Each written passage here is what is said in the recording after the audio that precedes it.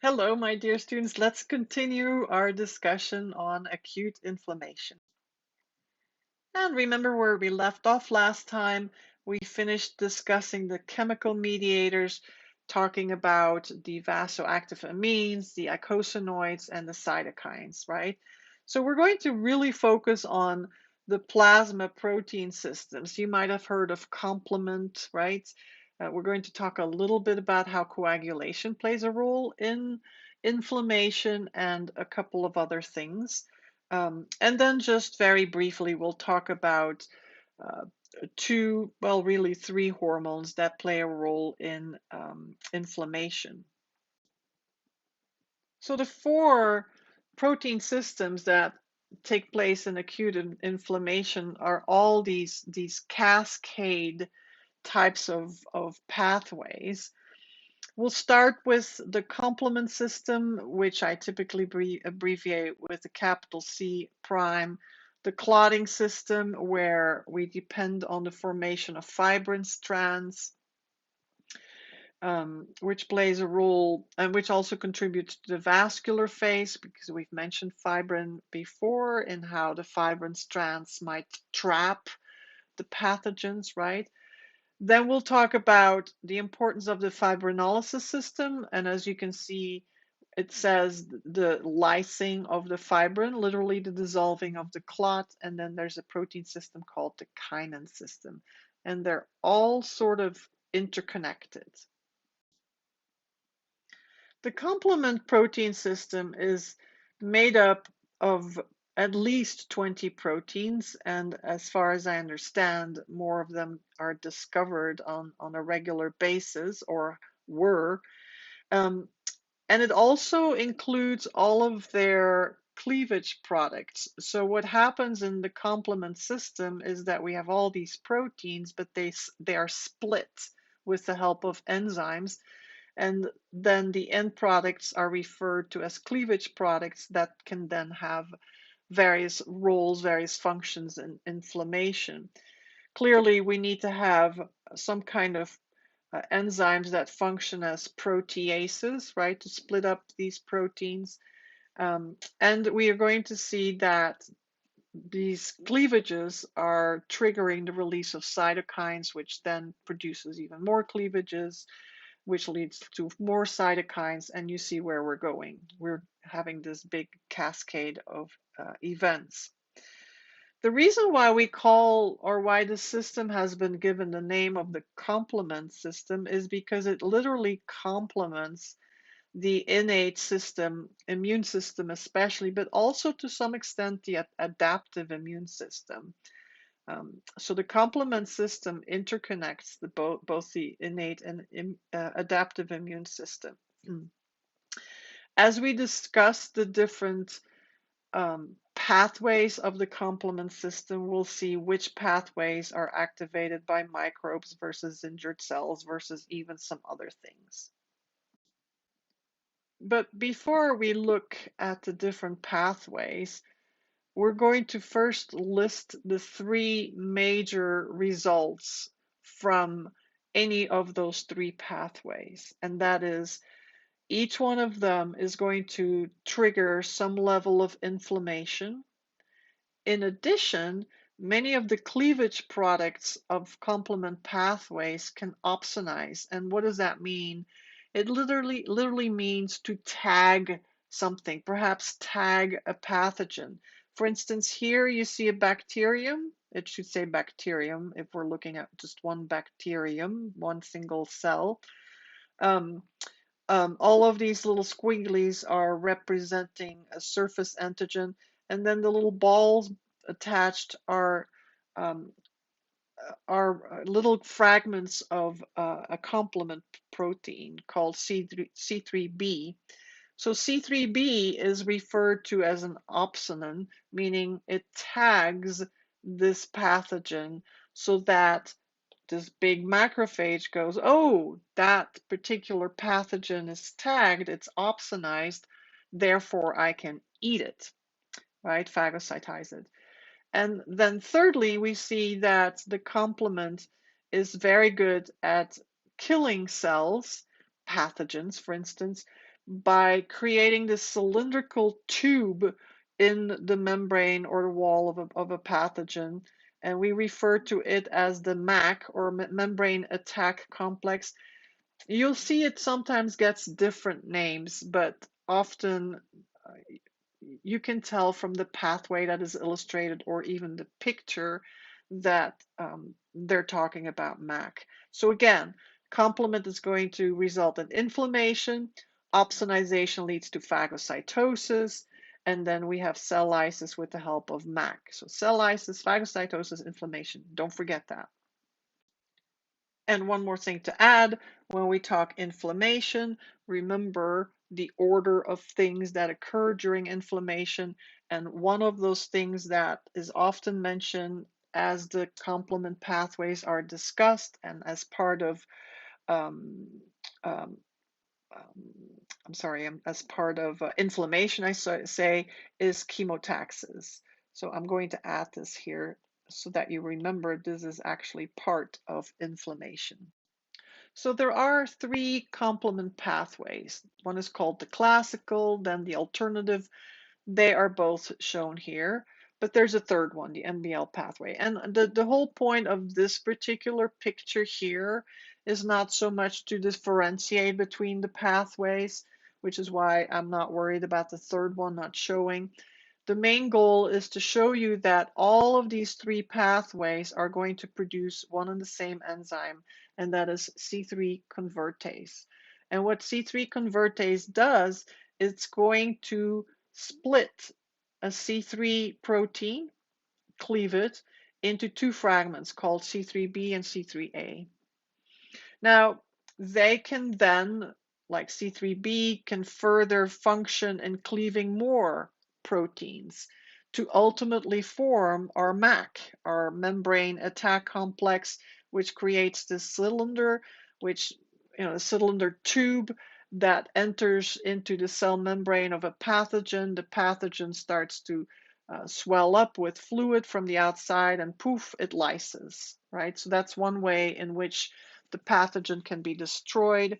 Um, some of these cleavage fragments function as opsonins so that they can tag the pathogen and make it taste better, so a phagocyte can go after it. They can trigger chemotaxis, a variety of things. So this is a flow chart we'll keep coming back to because it has much more information, and you do not have to know all the detailed steps of the various fragments and proteins. That is really not the point. I will point out exactly what you need to know. So here near the top, we have the names of the complement pathways. We have the classical pathway, we have the alternative pathway, we have the MBL pathway, which stands for mannose binding lectin pathway. And what I'd like for you to see is that no matter what pathway we use, we'll ultimately end up producing our C3 convertase enzyme, which then splits our C3 protein into C3a and C3b. Some of these guys can continue to create or continue to cleave complement proteins to where ultimately we have a bunch of little fragments and proteins that together form our famous little cylindrical complex called MAC. Or here you see that this diagram refers to it as the terminal complement complex. I will not use that term. I expect that you use the term MAC, but be sure that you know that it stands for the membrane attack complex. So notice all the numbers, the C numbers in here, representing the different complement proteins and their fragments, how they form that little cylinder there, causing lysis of the pathogen. Notice too that each one of these pathways has underneath it a little, few key terms to indicate what starts them or what activates them. I should really say what activates them, because we'll see that the alternative pathway is always sort of brewing in the background at a low level. but it still needs to truly be activated to make it all the way to this level. We will also eventually discuss the importance of this clotting factor. Remember, after we've discussed the complement pathways, we will talk about the coagulation pathway. Thrombin is also part of the coagulation pathway, and you see some more clotting factors here. Um, Plasmin is going to be part of fibrinolysis. Another pathway in the kallikrein is a molecule that we see in yet another pathway. Um, we'll get to those. But the point is that there are other things that are not directly part of the complement pathway that can trigger one of the complement pathways, if you know what I'm saying here. So let's briefly say a few things, not in great detail, about each complement pathway. And we'll start with the classical pathway. This one was the one that was first discovered. That's why it probably gets the name classical. And what's interesting is that this pathway interacts with antibodies that are bound to antigens. So we have this antigen antibody complex, and then the very first complement protein called C1 can bind to this. And the antibody is usually an immunoglobulin G or M. When complement binds like that to a complex of an antigen with an antibody, we refer to that process as complement fixation. You will see that I will use this terminology when we start talking about the immune system disorders. So because the complement pathway here is actually interacting with antibodies, here we see how part of the innate immune system, namely the classical pathway, is interacting with the adaptive immune system, right? So the classical pathway really plays a role in both the innate immune system as well as the adaptive immune system. So keep that in mind. The other two do not. The other two pathways are strictly part of the innate immune system only, and they are not connected to the T cells or B cells or antibodies or anything like that. So here we see on our diagram our classical pathway triggered by antigen antibody complexes, and the C1 in particular will bind to that complex, and that sets off a series of events that ultimately leads to our C3 convertase, which can then produce opsonins. It can also produce chemicals that do all kinds of other nasty things, and can produce our MAC. So our second complement pathway is called the mannose binding lectin complement pathway, MBL for short. I may often call it just the lectin pathway. And so why does it get this name? Well, first of all, lectin is a very common protein in our bodies and many animals' bodies. And it likes to bind carbohydrates. And in this case, in the complement pathway, this lectin is going to bind with a carbohydrate called mannose, which is very common on the surface of pathogens. And so it forms this complex. So we're forming literally a complex between the lectin and the mannose on the pathogen.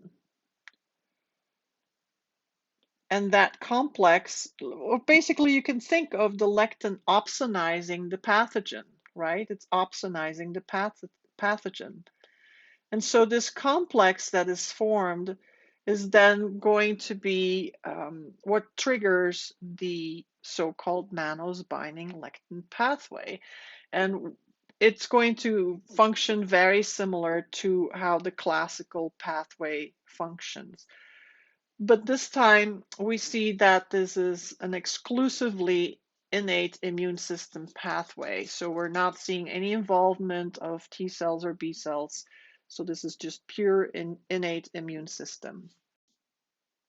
So here we are, we're looking at this complement pathway now, where lectin is going to bind to a pathogen that has mannose stuck to its surface. So that's what it says here.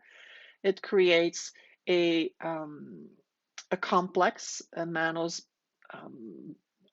bound to lectin complex, and that then sets off the so-called MBL pathway, where complement proteins get cleaved, we form the C3 convertase, and off we go, right? We form fragments that can do a variety of things, and ultimately we can form the MAC complex, or we can trigger inflammation, or we can trigger phagocytosis. All these different things that we listed that complement pathways do. So this then brings us to our last complement pathway, and that is the alternative pathway. It is going to be activated by pathogens, all kinds of foreign items that might get into our body, or damaged cells. But it's actually always active. It just doesn't become active enough unless there are these stimuli that I just mentioned, the pathogens, the foreign material, the damaged cells. So it's always sort of brewing in the background. It's constantly splitting up that C3 protein into its two components. But very quickly, the cleavage products, the C3A and B, are removed and inactivated and removed. And then it does it all over again. So it's sort of always ready to get going, right? But it's not in full mode unless it has the stimuli, the pathogens, the foreign material, and the damaged cells. And then on top of that, when it is fully activated, it can also really help out the other pathways. And so here in the center of our diagram, we see the alternative pathway, which is always splitting that C3 molecule into C3A and C3B, but it's not until it's put in full active mode with the help of pathogens, or even damaged cells or foreign materials, that it's really going to continue with the process of possibly creating a MAC complex, or phagocytosis, or chemotaxis, and therefore inflammation. In addition to that, it can actually also enhance the other pathways. So once this one is truly activated, it impacts the other pathways as well. So let's quickly reflect on what we have accomplished so far and what we're still looking at. So we're studying the plasma protein systems that play a very important role in acute inflammation. We just finished looking at the 3 complement pathways. Before that, we looked at what the major results are of the complement pathways, and they are inflammation, right, with chemotaxis and leukocytosis and all that stuff you learned before. We can see that a MAC complex might form, which then literally causes the cell to lyse, the host cell, the pathogen, for instance. Or we might see that it's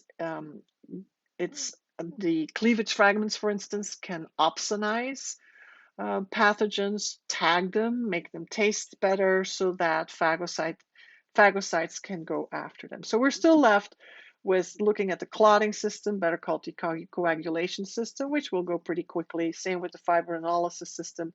And then we'll finally get to the kinin system. So those take a bit less time than your complement system. So why are we going to study coagulation, which is a fancy way of saying blood clotting, when we're studying inflammation? Well, many of the clotting factors, or not many, but some of the clotting factors, play a very important role in inflammation. So we need to take a look at that. As a matter of fact, you also looked at the different complement pathways a moment ago, and they are affected by some of the clotting factors. So let's take a look first of all at this picture. because when our blood clots, it goes through again a cascade of events where inactive proteins become activated. And ultimately, as we'll see, we'll look at the pathways in just a moment, we produce something called fibrin from an inactive protein, fibrinogen. So fibrinogen is converted into fibrin. And literally, there are these protein strands that you see here. And as it says here, a clump of fibrin strands and platelets on a peripheral blood smear reflecting a poor sample collection. So literally, it is illustrating the fact that the fibrin clot is not formed properly. But it's really nice for us to see here all these strands that form. And of course, this is a great way to trap all kinds of cells, but also all kinds of pathogens.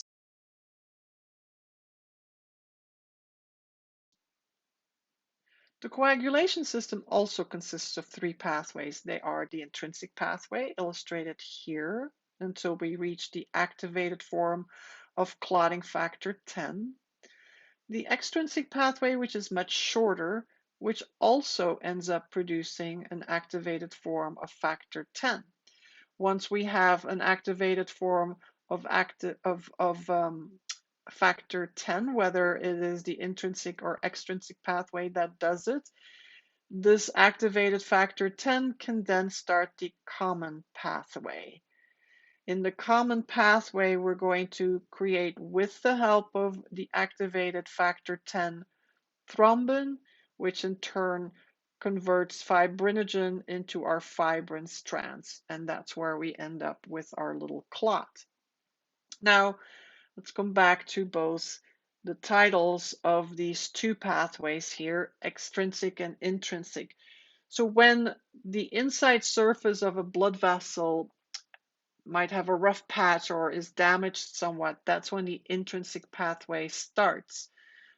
Could, for instance, be also atherosclerosis or, a plaque that's built up on the inside of a blood vessel. So what you see is that we start out with clotting factor 12. Most, not all, but most clotting factors are going to be proteins, and they float around in our bloodstream in an inactive form. Makes sense, right? You wouldn't want your blood to constantly clot. So these clotting factors need to be activators. So clotting factor 12, which gets the nickname of Hagemann factor or Hagemann factor, is the one responsible for being triggered by some kind of damage to the inside surface of a blood vessel. And there might be some other things needed here. We'll talk about kallikrein here in just a minute and kininogen. So here it becomes activated. The little A here underneath the 12 indicates that this clotting factor is activated, and so on, and so on, and so on, until we get an activated form of factor 10. Notice that all of these clotting factors have a capital Roman numeral associated with them. And notice too that the order doesn't seem to make much sense, in the sense that we don't start with 1, 2, 3, 4, because the numbers of these clotting factors corresponds to the time when they were discovered. The extrinsic factor is, extrinsic pathway is much shorter and also makes the activated form of clotting factor A.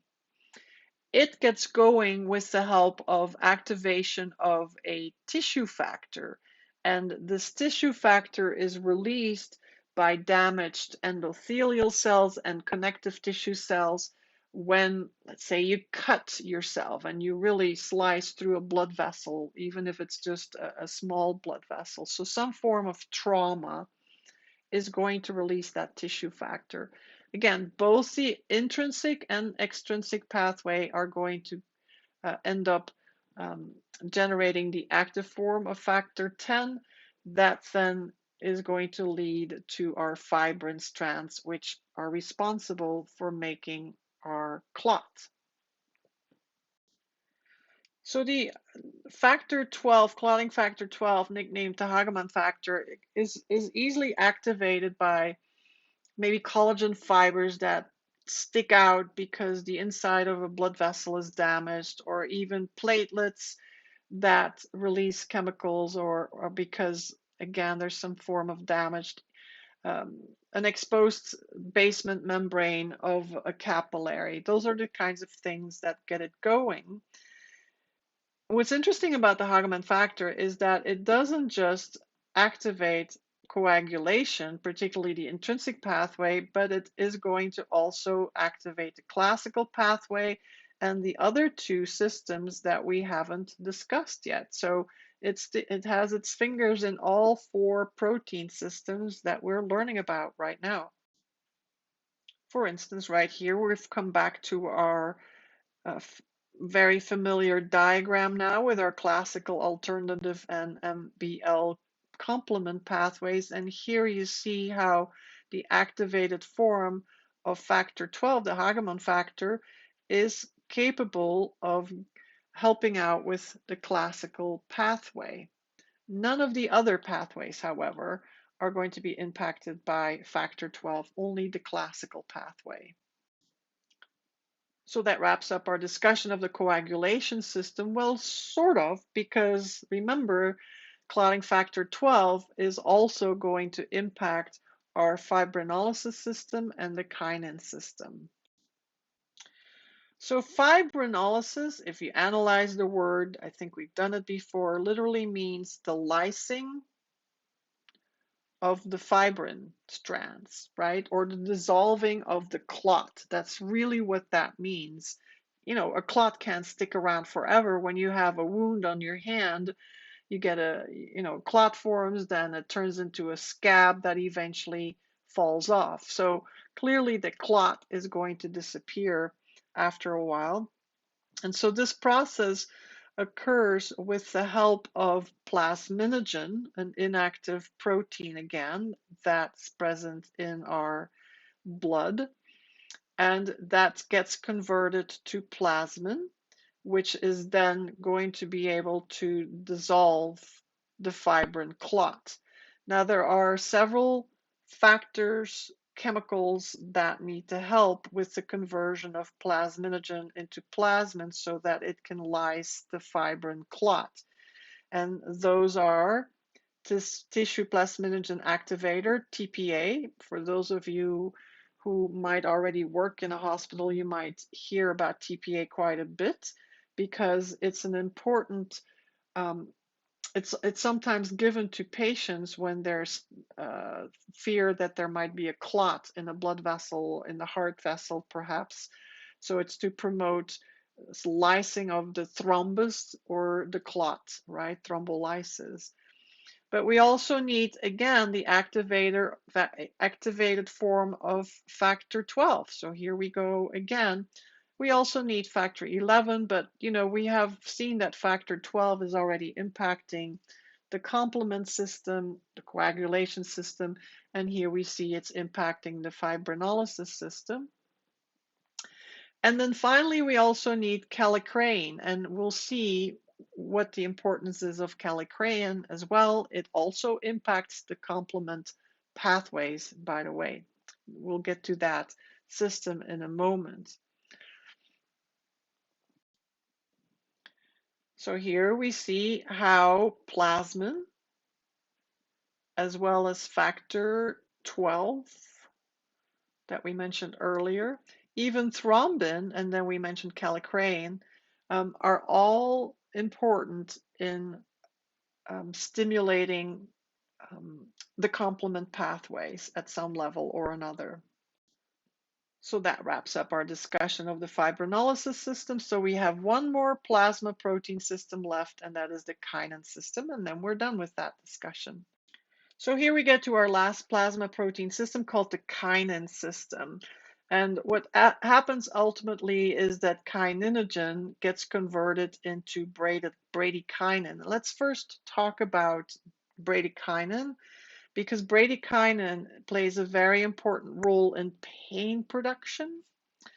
But again, it's also going to do those two things we've seen happening during the vascular phase of acute inflammation, namely vasodilation and making the capillaries really pretty leaky. But how do we get to the bradykinin from kininogen? Well, we're going to need kallikrein, but we're going to need factor 12 again as well to initiate this whole system. So factor 12 plays a role in all four plasma protein systems. Notice too that kallikrein is going to be needed, as we looked at earlier, to convert plasminogen into plasmin.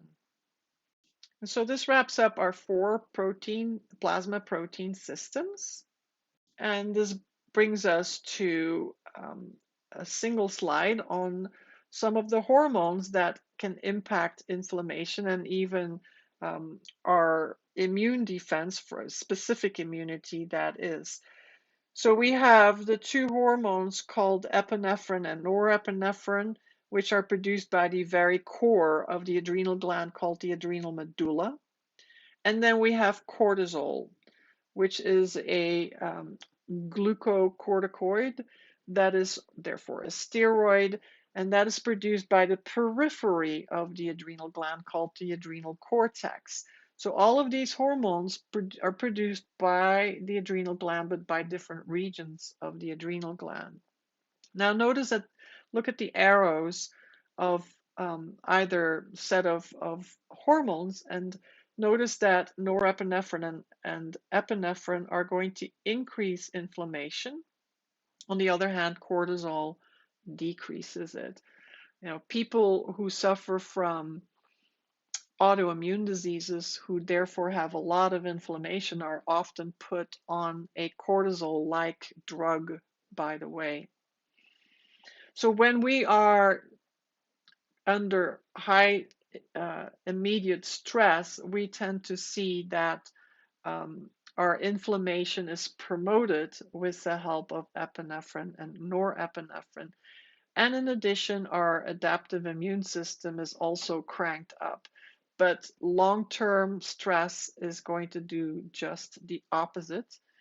This explains why very often after you have been studying and studying and studying for a final exam, and you can't wait to lie around and do nothing for a few days afterwards, as soon as you've finished your final exam, 2 days later, you get sick. And this has a lot to do with this right here. Oh my gosh, I think we're beginning to see the end of our acute inflammation discussion. So the last video is going to cover the types of acute inflammation and the various outcomes.